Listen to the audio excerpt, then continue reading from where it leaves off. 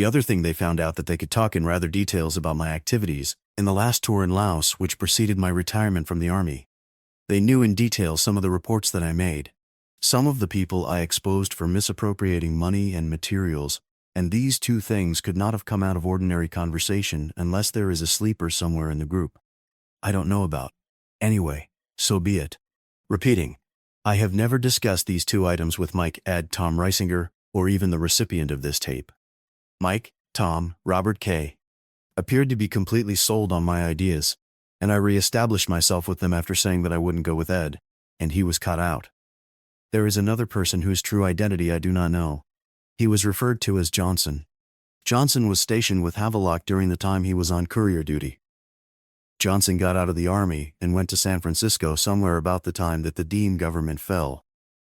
The federal investigators, when they were trying to piece together Havilock's activities, what was in Los Angeles, and trying to obtain financial backing to go back to retrieve the gold, had a 4-day gap in their investigation.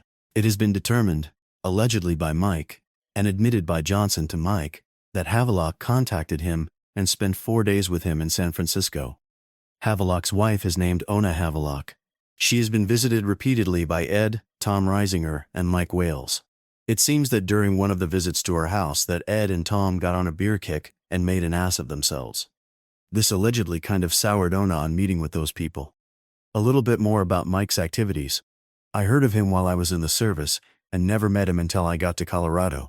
But stories of agents who can play the part, pretty good, don't become legends, but they are brought up in school and so forth occasionally.